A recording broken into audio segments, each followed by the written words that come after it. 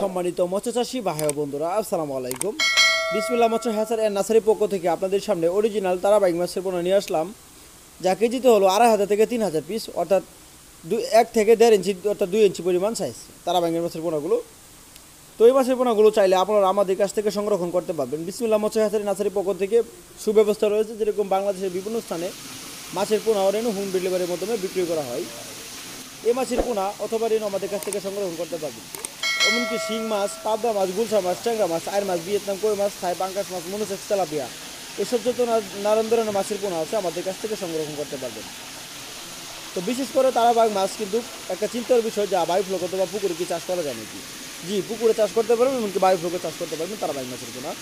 তো পুকুরে চাষ করতে হলে প্রতি শতাংশে চাষ করতে পারবেন। 1000 থেকে 1200 পিস মাছ আপনি পুকুরে প্রতি শতাংশ হিসেবে চাষ করতে পারবেন। যেমন বায়ুফ্লোকে চাষ করতে হলে 10,000 লিটার ট্যাঙ্কে 4 থেকে 5,000 পিস মাছ চাষ করতে পারবেন। তো বিশেষ করে তারাবাগ মাছ সরিষার দানা যে খোলটা আছে সেই খাবারটা খেয়ে থাকে। তো আমাদের চ্যানেলটি ভালো লাগে, অবশ্যই ইউটিউব চ্যানেলটি সাবস্ক্রাইব করুন।